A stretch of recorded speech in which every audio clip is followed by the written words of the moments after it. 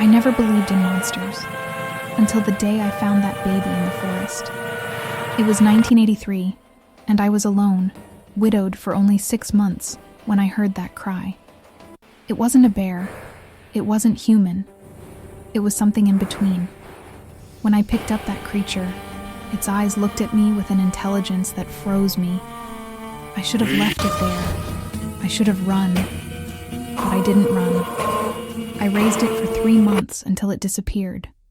40 years later, it returned. And what it did changed everything. I thought I knew about Bigfoot. Margaret Holloway was 42 years old when her world crumbled. Robert, her husband of 23 years, died in a work accident at the local sawmill in Pine Ridge, Oregon.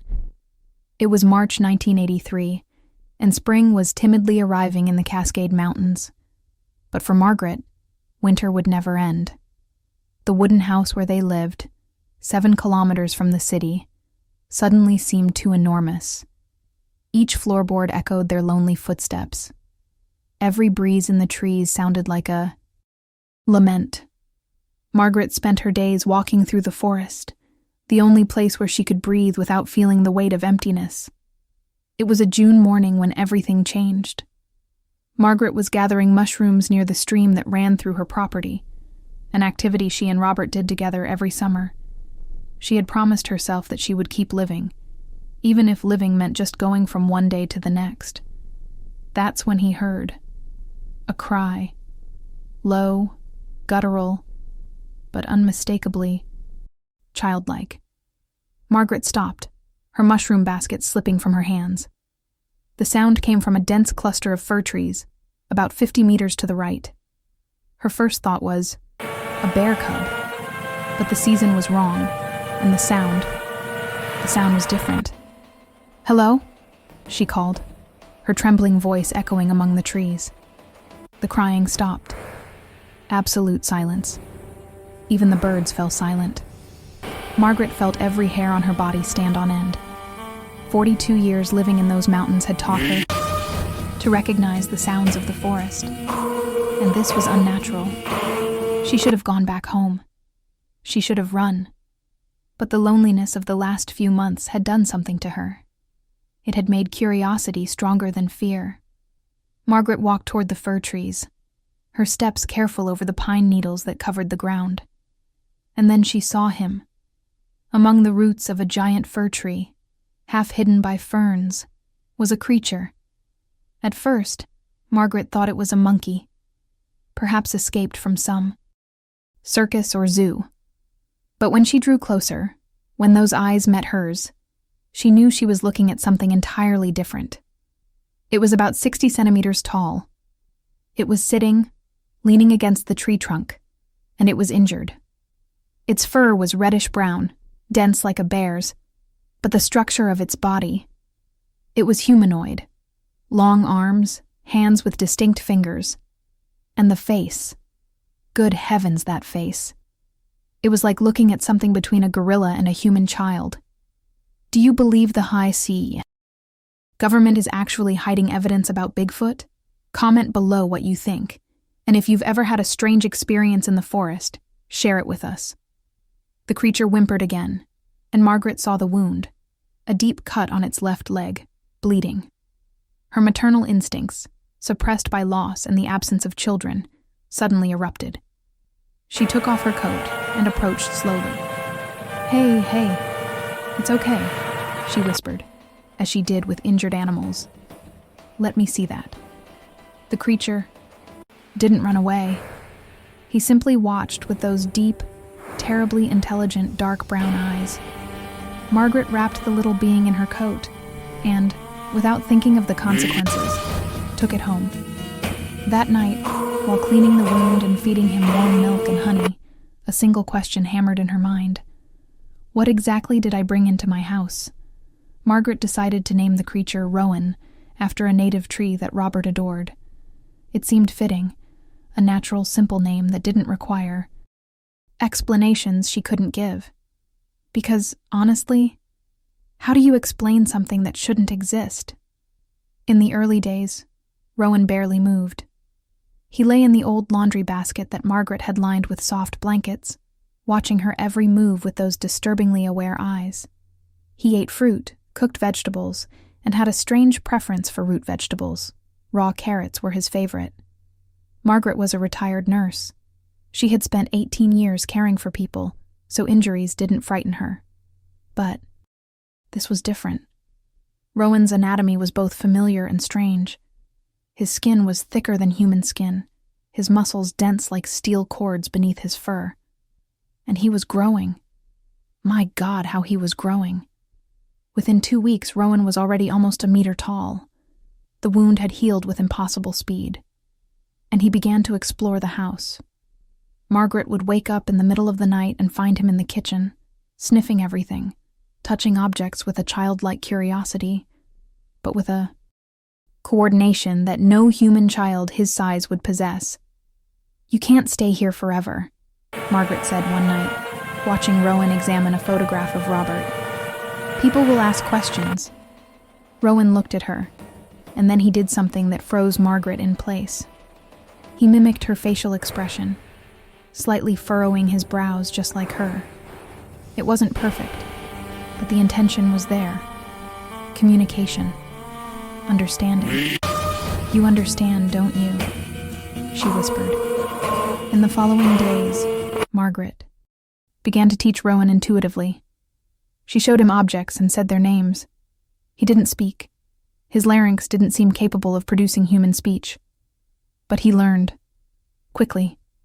Frighteningly quickly. In 3 weeks, he understood simple commands.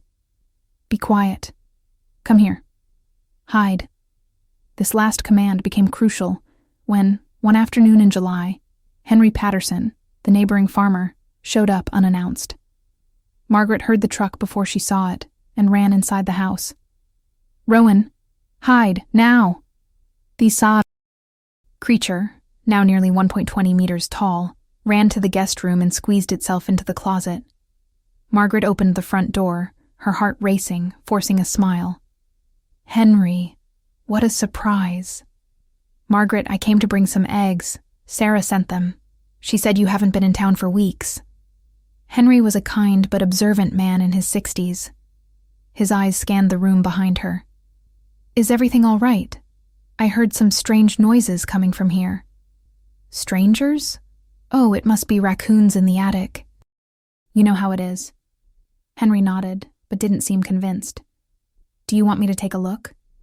"No, it's not necessary. I've already called someone." An awkward silence. Then from the guest room came a sound. A soft scratch on the wood. Henry frowned. "You have some pretty big raccoons there." Margaret laughed, too sharply. "Yeah, they're cheeky." "Henry, thanks for the eggs, but I'm in the middle of cleaning." "So, what's the most convincing sighting you've ever seen? Leave it in the comments. And don't forget to like if you're also fascinated by these mysterious creatures." He finally left, but Margaret saw the distrust in his eyes. That night, as Rowan slept curled up at the foot of his bed, a habit he had adopted, she understood the impossible truth of their situation. She was hiding a baby Bigfoot, and she had absolutely no idea what to do next. But fate would decide for her sooner than she imagined. August arrived hot and dry.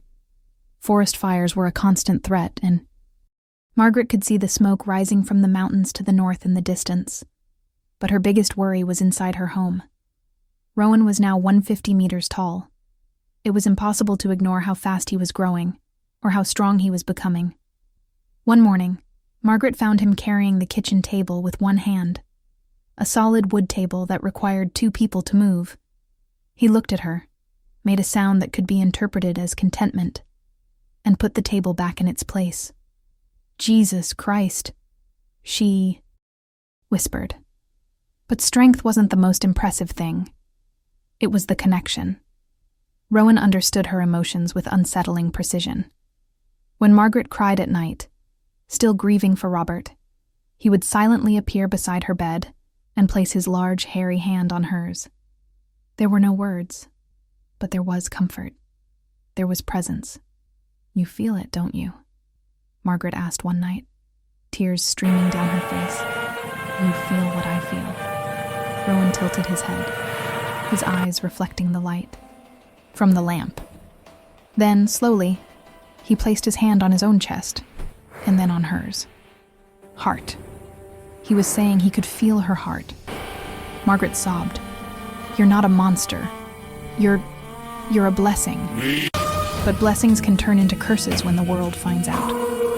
On August 15th, Margaret made a mistake. She went to town to get supplies, something she had been avoiding. She left Rowan with clear instructions. Stay inside. Don't make any noise. I'll be back in 2 hours. He nodded. Another gesture he had learned, and Margaret left, her heart heavy with anxiety. What she didn't know was that Henry Patterson had decided to help during her absence. He showed up at the property with tools, determined to repair the fence that separated the two farms.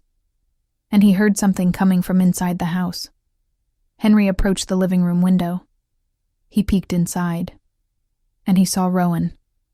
The creature stood in the middle of the room, examining a book of photographs. It was an impossible sight. Something between human and animal, too large to be anything known, moving with clear intelligence. Henry recoiled, stumbled, and fell to the ground. The noise alerted Rowan, who ran to the window. His eyes met Henry's. For 3 eternal seconds, man and creature gazed at each other. So Henry ran to his truck and sped away. When Margaret returned, she found Rowan agitated, making low sounds of distress. It took her minutes to understand what had happened. And when she did, terror paralyzed her. Could there still be Sasquatches living hidden in our country? Tell us which region of the country you think is most likely to have these creatures. Like and share if you want more stories like this. No, no, no, she repeated, pacing in circles. Henry saw you. He's going to tell everyone. They're going to come here. They're going to take you away. They're going to hurt you. Rowan approached and took her hand. The gesture was so human, so comforting, that Margaret almost forgot she was holding. The hand of something the world would consider a monster. You need to go, she said, the words tearing at her throat. You need to go back to the forest, to your family, wherever they are. Rowan made a sound, a low, mournful groan. His eyes, those terribly expressive eyes, filled with something Margaret could only describe as sorrow. I know, my dear. I know. But it's not safe. That would be the last time she would see Rowan. Or so she thought. Margaret stayed up all night, preparing Rowan to leave. She filled an old backpack of Robert's with fruit, vegetables, and a blanket. Practical things that her rational mind insisted he would need, even knowing that a creature that had survived in the forest before finding her probably didn't need blankets. It was a way of postponing the farewell. At dawn, she led him to the edge of the forest, to the same spot where she had found him 3 months before. It seemed like an eternity. It seemed like yesterday. You need to go deep, she said, her voice breaking. Away from people. Find your family. They must be looking for you. Rowan didn't move. He just looked at her, then at the forest, then back at her, undecided. And in that moment, Margaret saw something that shattered her. He didn't want to leave. She had become his family. Please, she pleaded, tears now streaming freely. Please go. If they find you, they'll turn you into an experiment, into a circus attraction, into something worse. I can't protect you from what's coming.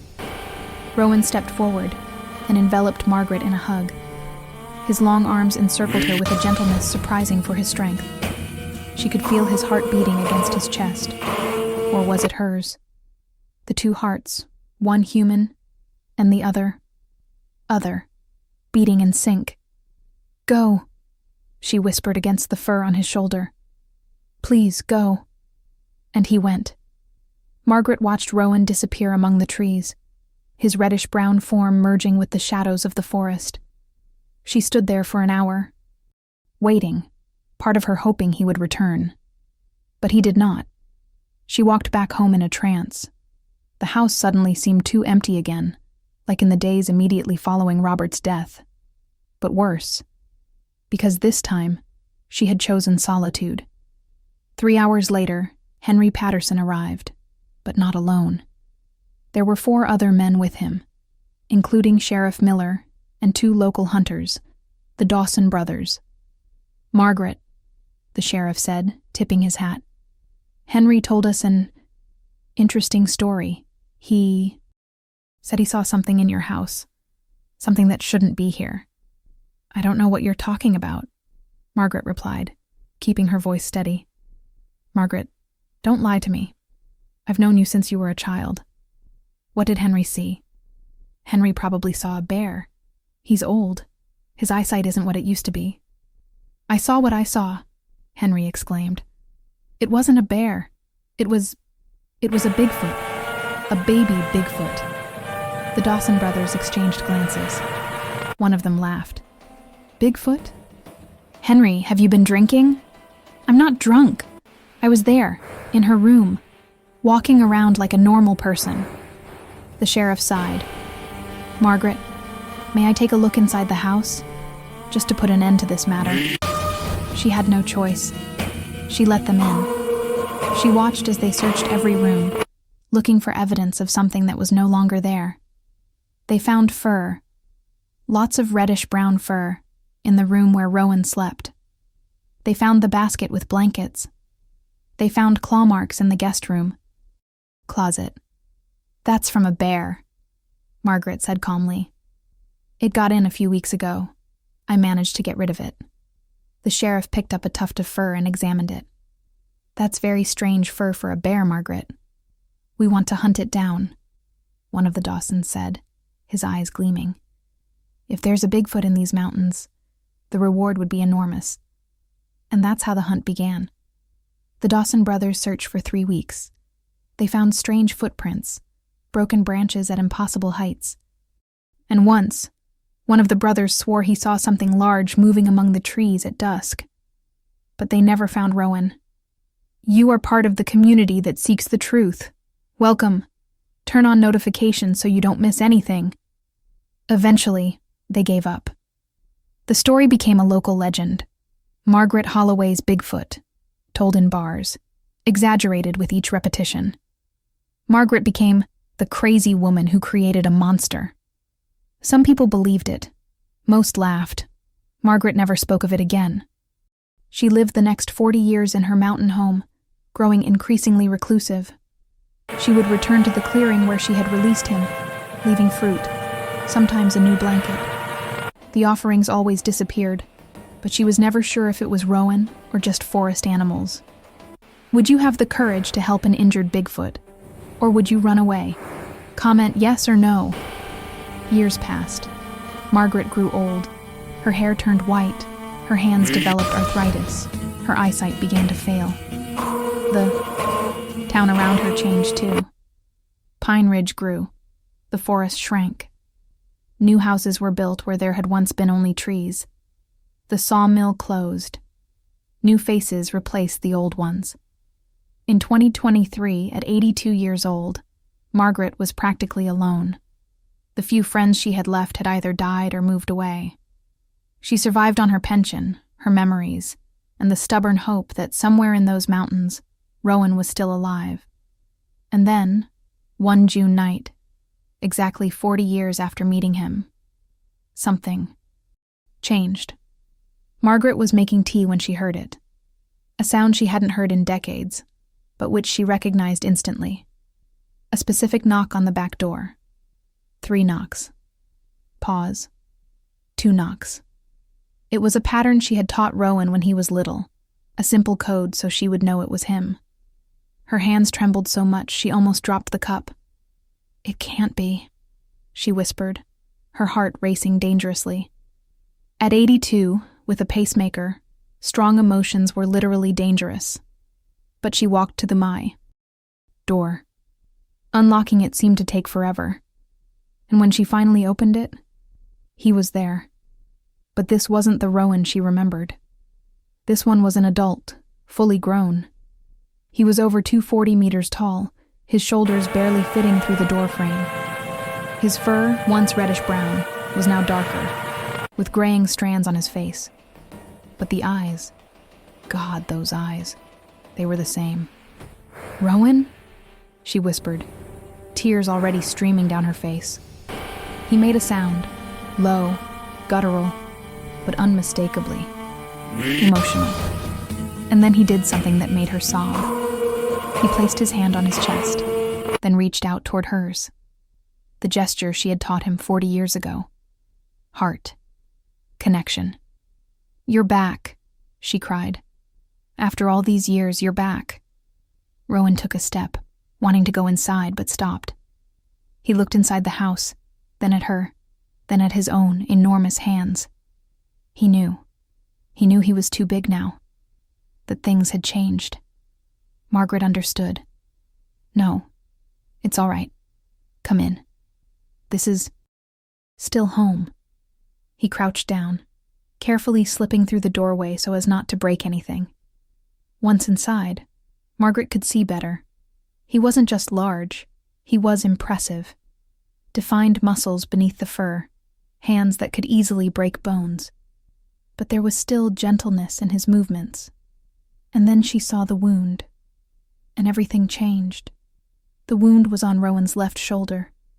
A deep laceration, still bleeding, flesh exposed through the dark red-stained fur. Margaret felt her nursing. Training kick in, overriding the shock of the reunion.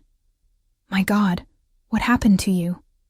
She was already moving, searching for her old first aid kit, the same one she had used on him 40 years ago, now replenished dozens of times but never discarded. Rowan made a sound of pain when she touched near the wound.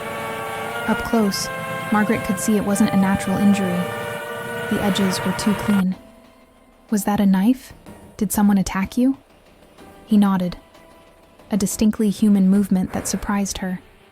40 years alone in the forest, and he still remembered the gestures she had taught him. "You need to sit down, in the kitchen. Come on." Margaret needed 40 minutes to clean and suture the wound.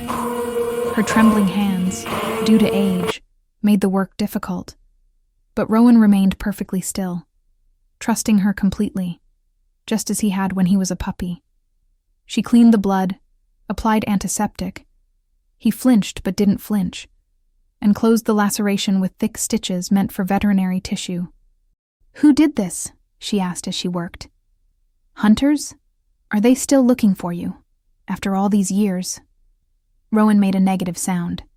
Then, with his giant hand, he made movements, pointing to himself, then making the 2 sign, then pointing outwards. "Others?" Margaret's eyes widened. Were there others of her kind? He nodded. "And did they hurt you?"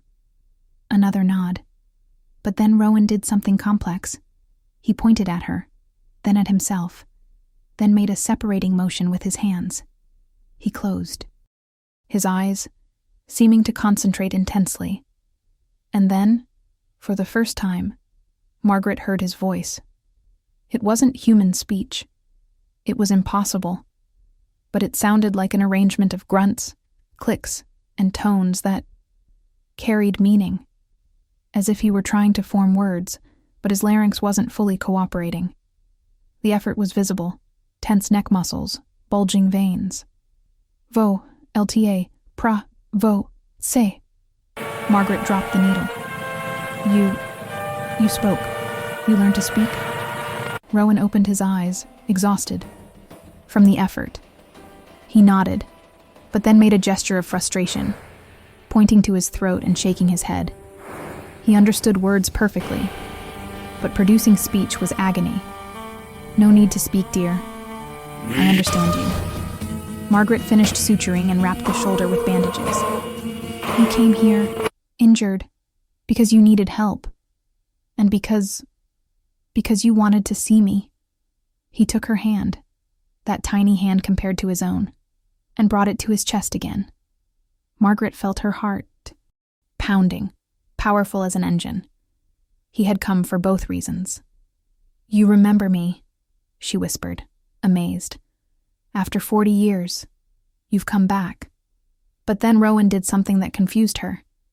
He pointed outward, toward the forest, and made urgent hand movements, large circles. Then he pointed at her, made the danger sign, and then crossed his arms in protection. "Is there something in the forest?" Margaret asked, a chill running down her spine. "Something dangerous? And you came to warn me?" Rowan nodded vigorously, and then he made the most terrifying sign. He counted on his fingers. 1, 2, 3, 4, 5. 5 of something was coming, and Rowan came to protect her.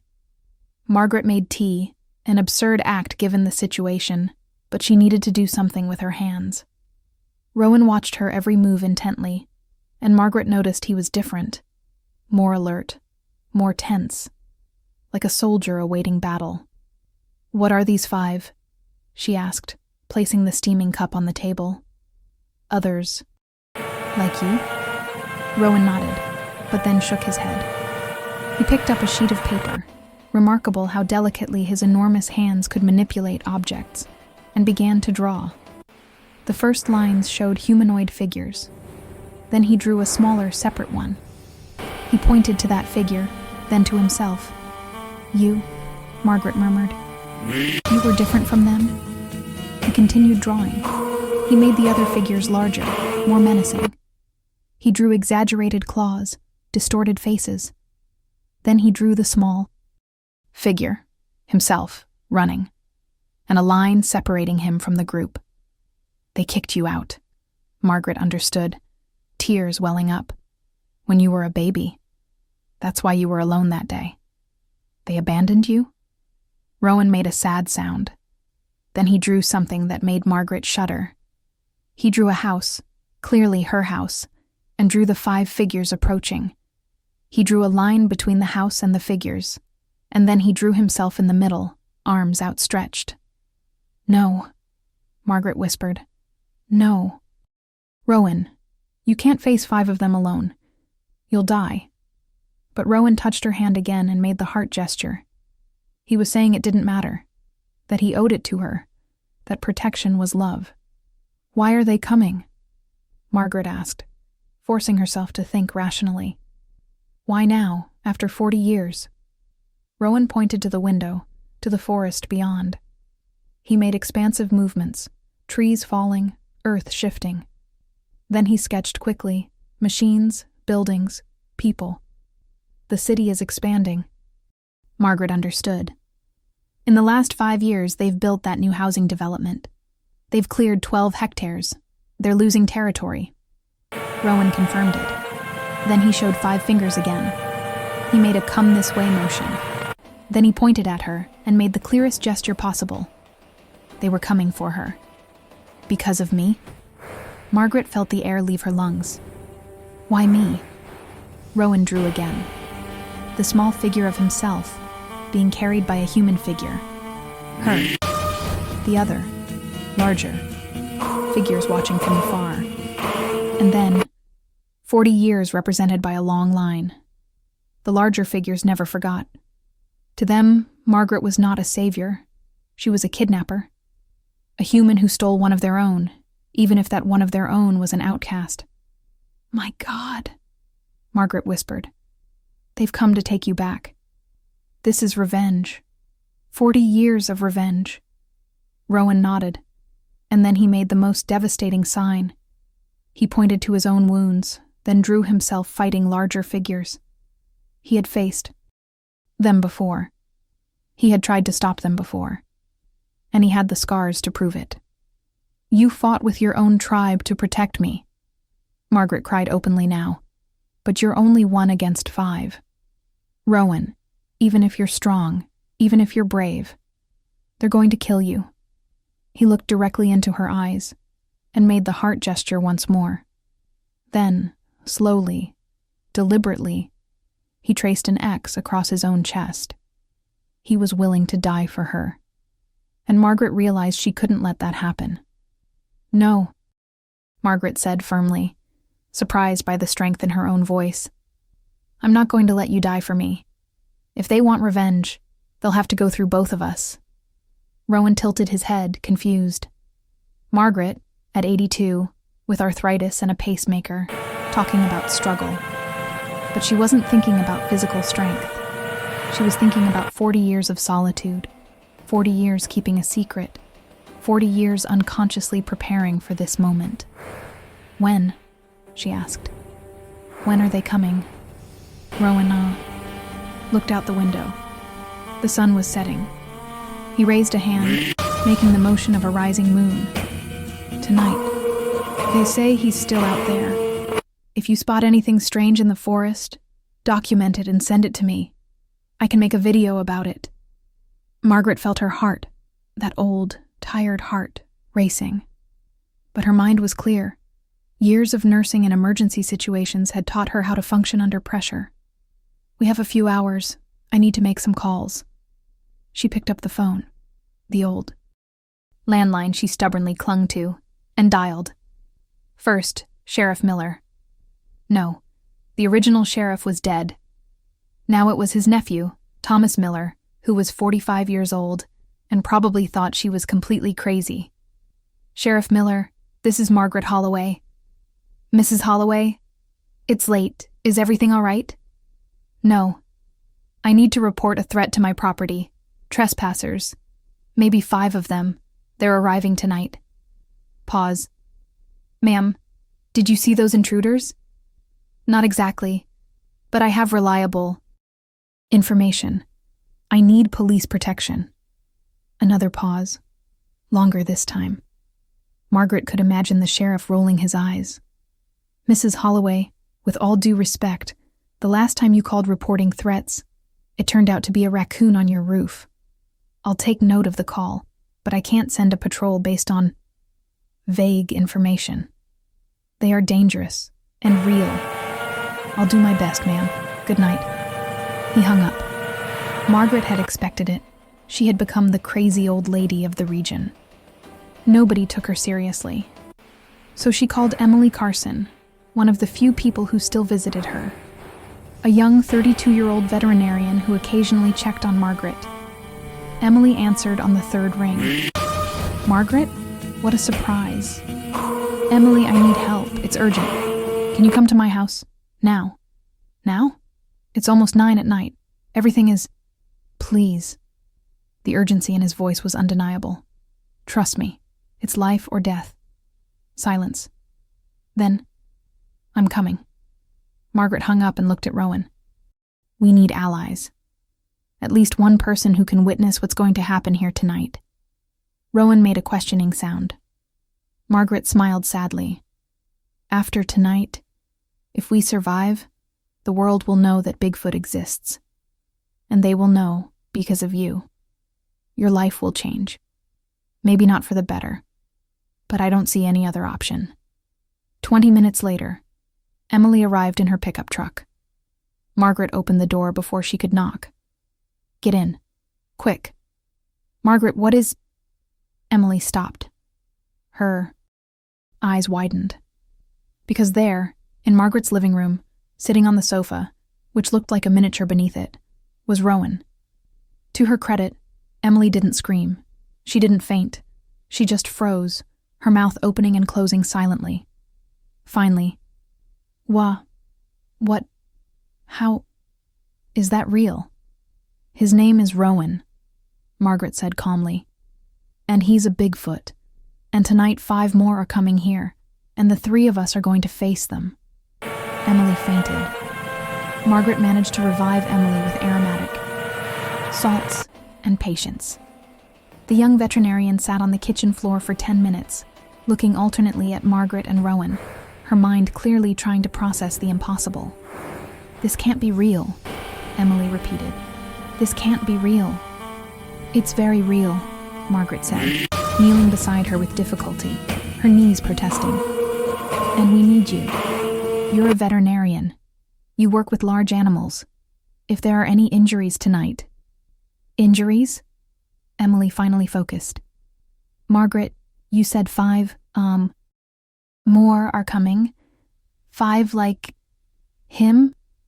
She pointed to Rowan, who remained on the sofa, watching with those intelligent eyes. Yes, and they're not as friendly as Rowan. How do you know he's friendly? How do you know he won't? Rowan made a low sound, not threatening, but sad. He extended a hand, enormous, with claws that could easily tear flesh, and opened it, palm up. A universal gesture of peace. Emily looked at the hand, then at Margaret. Did you create him? When I was a baby. 40 years ago. It's a long story, and we don't have time. Margaret pulled Emily to her feet. I need you to trust me. Rowan is good. The others aren't. They're coming tonight. We need to prepare. Emily took a deep breath. Margaret watched the transformation unfold, the professional taking control, filing away the shock to process later. Okay. What do we need? Margaret had already thought about that. Lights. Lots of lights. These creatures have avoided humans for centuries. Light means exposure. It means risk. It could give us an advantage. Emily nodded. I have spotlights on my car. I use them for nighttime emergencies with farm animals. 3 of them. Rechargeable battery. Perfect. Rowan. Margaret looked at him. Do we need weapons? Rowan stood up. He walked to the back door and pointed to the shed in the backyard. He made a motion of wood being broken, then of sharp edges. He wants to make spears, Margaret translated. He knows the territory. He knows how to fight. For the eye. Next 45 minutes, they worked in tense silence. Emily set up the spotlights, 1 in front of the house, 2 in the back, all pointed toward the forest. Margaret filled buckets with water. In case of fire, she wasn't confident anything could happen, and gathered every item that could serve as a weapon. Kitchen knives, Robert's old hunting rifle, which she hadn't fired in 20 years, a hatchet. Rowan worked in the shed. Margaret could hear wood being broken with frightening ease. When he returned, he was carrying 5 sharpened wooden stakes, each nearly 2 meters long. They weren't perfect, but they were lethal. Jesus, Emily whispered. This is really happening. We're going to fight Bigfoot tonight. Not if they're smart, Margaret said. If we're smart, we'll survive, and the world will finally know the truth. Emily looked at her. Margaret, after tonight, if we survive, they're going to turn you into an experiment. They'll want to study Rowan. Dissect her, maybe. Have you thought about that? Margaret looked at Rowan, who was checking the stakes, testing their strength. I thought. But after 40 years of protecting a secret, I'm tired of hiding. I'm tired of being alone. If tonight is the end, so be it. At least I end it by his side. And then they heard it. The first howl in the forest. They had arrived. The howl cut through the night like glass. It wasn't the sound of a wolf or a coyote. It was deeper, more reverberating, carrying weight and intelligence. Margaret felt every hair on her body stand on end. Beside her, Emily froze, the spotlight almost slipping from her hands. Rowan reacted immediately. He grabbed 2 stakes and positioned himself in front of the house, between the women and the forest. His posture changed, shoulders back, head down, muscles tense. From gentle protector to warrior in seconds. Turn on the lights, Margaret ordered. Now! Emily pressed the switches. 3 beams of light exploded in the darkness, illuminating about 50 meters of forest, and they revealed the silhouettes. 5 figures emerged from the trees. They were larger than Rowan, some exceeding 2.70 meters. Their fur was darker, almost black under the artificial light. And their eyes. God, those eyes reflected the light like those of nocturnal animals, but carried a cold, calculating intelligence. Oh my God, Emily whispered. They're real. All of them. The central figure, the largest with absurdly broad shoulders, stepped forward. He looked directly at Margaret, and then he did something terrifying. He spoke. Not in English, but in a language that sounded like subterranean thunder, deep clicks, modulated growls. It was complex communication. Rowan responded in the same language. The exchange lasted 30 seconds. Margaret didn't understand the words, but she understood the tone. Negotiation turning into a threat. "What are they saying?" Emily asked. "I don't know, but it's not good." The leader of the five pointed at Margaret. Then he made a "come here" gesture. The message was clear. Hand over the human. Rowan planted a stake in the ground and roared, a sound that made the air vibrate, that made the windows of the house tremble. It was pure defiance. And then everything exploded into violence. 3 of the 5 creatures advanced simultaneously. Rowan met the first with a stake, striking its shoulder. The attacker roared in pain but did not retreat. He ripped the stake out and broke it like a toothpick. The second creature tried to flank, but Rowan spun, using his muscular tail — Margaret had never noticed he had a small tail — for balance, and kicked with enough force to send the attacker flying 5 meters back. But it was 5 against 1. The third one managed to get past, running straight to the house. Margaret picked up Robert's rifle. Her hands trembled violently. Age, fear, adrenaline. She aimed. She pulled the trigger. The shot rang out. The creature staggered but did not fall. Black blood trickled from its shoulder, but it only grew more furious. It charged again. Emily screamed. Without thinking, she threw one of the spotlights directly into the creature's face. The intense light temporarily blinded it, causing it to stumble.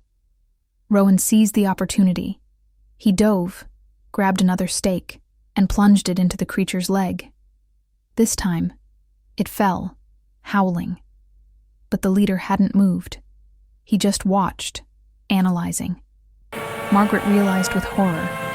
This was a test.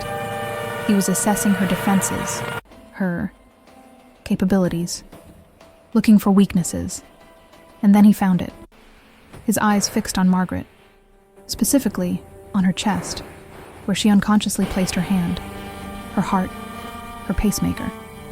The leader sniffed the air and smiled, a horribly human gesture on a non-human face. He knew she was fragile. He knew that was her weak point, and he began to move directly toward her. The leader moved with impossible speed for something so large. Rowan tried to intercept, but the other 4, even the wounded one, held him back. It took all 4 of them to immobilize Rowan, and even then he fought, roaring, bleeding from multiple wounds. The leader stopped 3 meters from Margaret. Up close, he was even more terrifying. Old scars crisscrossing his face, one eye partially closed by scar tissue. This was a survivor, a fighter, a leader by right of strength. He spoke, and this time, Margaret understood some words, or perhaps just the meaning behind the sounds. Give back. You stole. Give back. Pay. I didn't steal anything, Margaret said, forcing firmness into her voice. He was injured, dying. I saved him.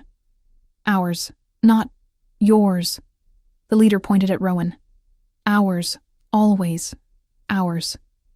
You abandoned him, Margaret screamed, and 40 years of pent-up anger exploded.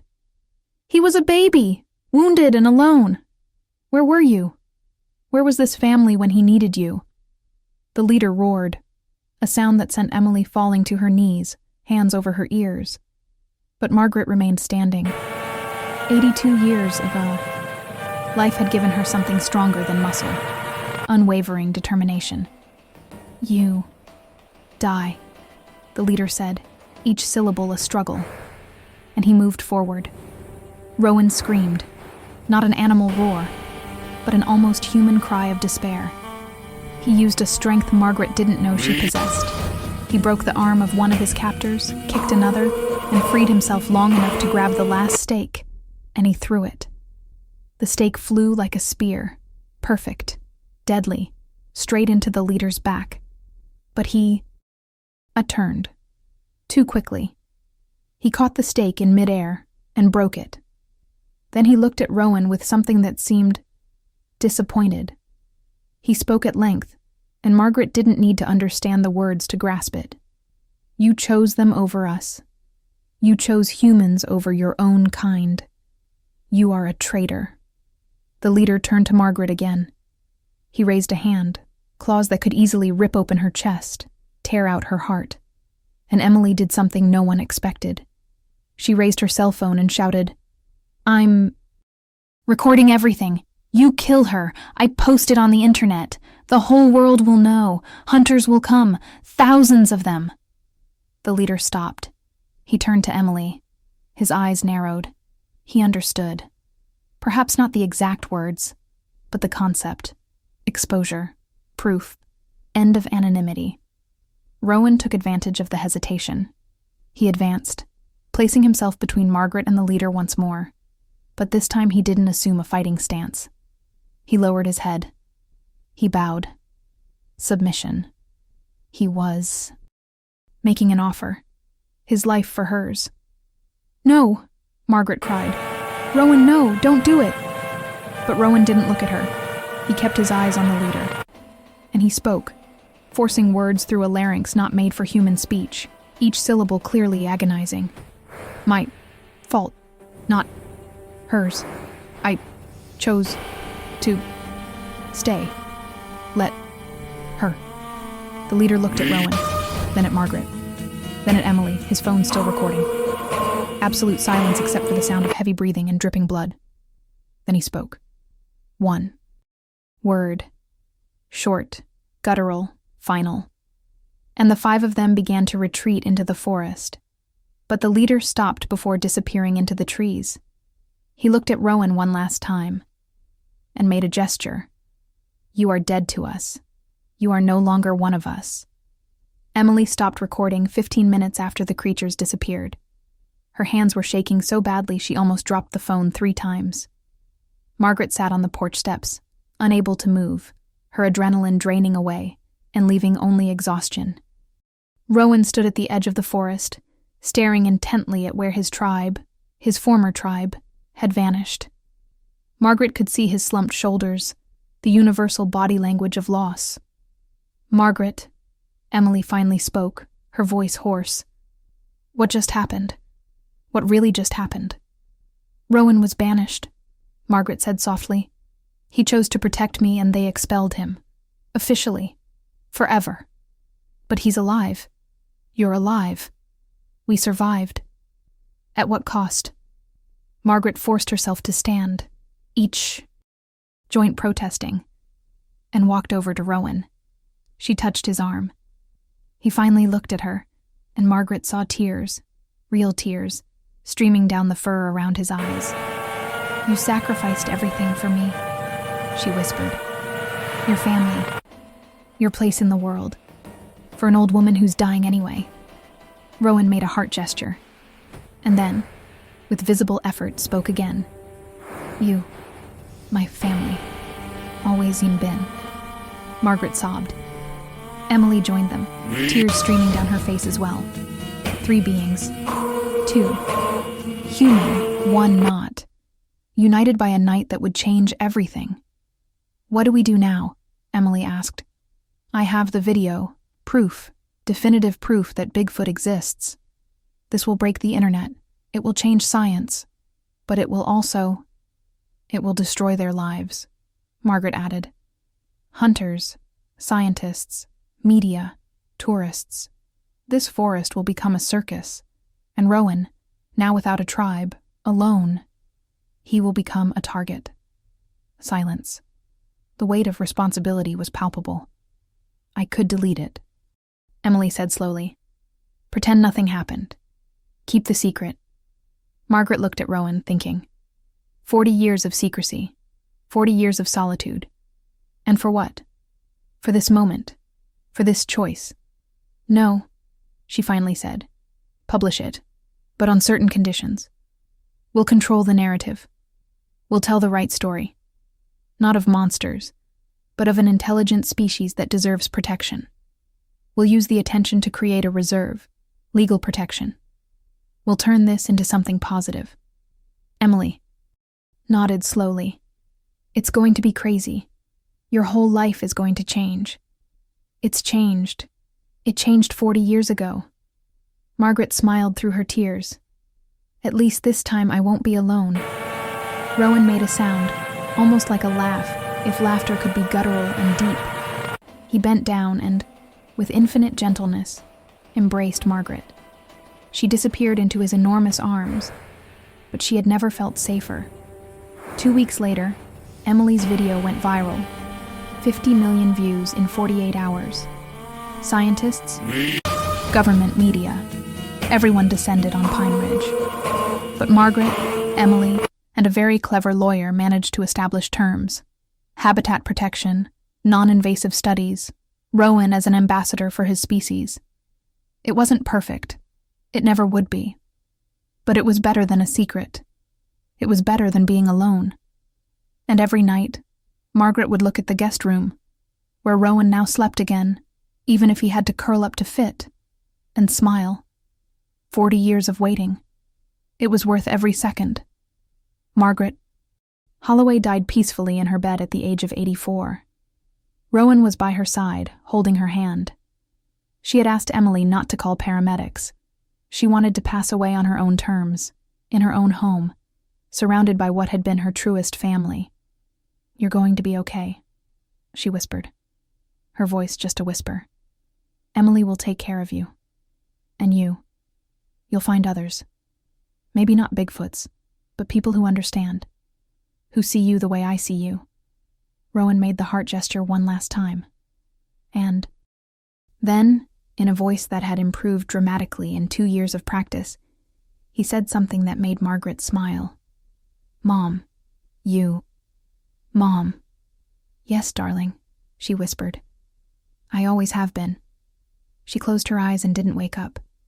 The funeral was small. Emily, a few neighbors, and Rowan, who attended despite the cameras, despite the stares, despite the fear. He stood by the grave long after everyone had left, and Emily swore she saw him place something in the loose earth, a small carved wooden figurine, depicting a human woman holding the hand of a small creature. He had spent months making it, a gift for someone who could no longer receive gifts. In the years that followed, Rowan became a well-known figure, not as a curiosity, but as living evidence that intelligence comes in unexpected forms. He learned sign language, communicating fluently. He worked with scientists to protect the remaining habitat of his species. And surprisingly, other Bigfoots began to appear. Not his former tribe, but others from other regions, drawn by the promise of understanding instead of fear. Emily wrote a book, Margaret's Bigfoot, a true story of love across species. It became a bestseller. Part of the profits went to wildlife sanctuaries and primate research. Margaret's house was transformed into a museum and educational center. Thousands visited annually, learning not about monsters in the woods, but about the complexity of life, about empathy that transcends species, about a solitary woman who made the choice to love something the world said was impossible. And every time visitors asked Rowan, who often served as a museum guide, communicating via sign language and a computerized tablet, why he had chosen to protect Margaret to the point of sacrificing his tribe, he always answered the same way. He typed slowly on his tablet. "She saw me when I was invisible. She gave me a name when I was nobody. Family isn't about blood or species. It's about who stays when everyone else leaves.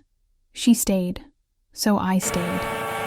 Visitors always cried, because they realized that this story of a widow and a baby Bigfoot was really about something universal, that the strongest bonds are formed when we choose to love beyond what is familiar, safe, or understood. Today, there are 7 Bigfoot reserves in the United States. Estimated population: 200 individuals, previously hidden, now protected. Rowan helped find each one of them. And every night, before going to sleep, he still makes the gesture that Margaret taught him 40 years ago: hand over his heart. Because some bonds are unbreakable, not even in death. Those who say Bigfoot is just a legend have never met Rowan. They've never met Margaret. They've never understood that the real monsters aren't the ones hiding in the woods. They're the ones who refuse to see humanity where it truly exists.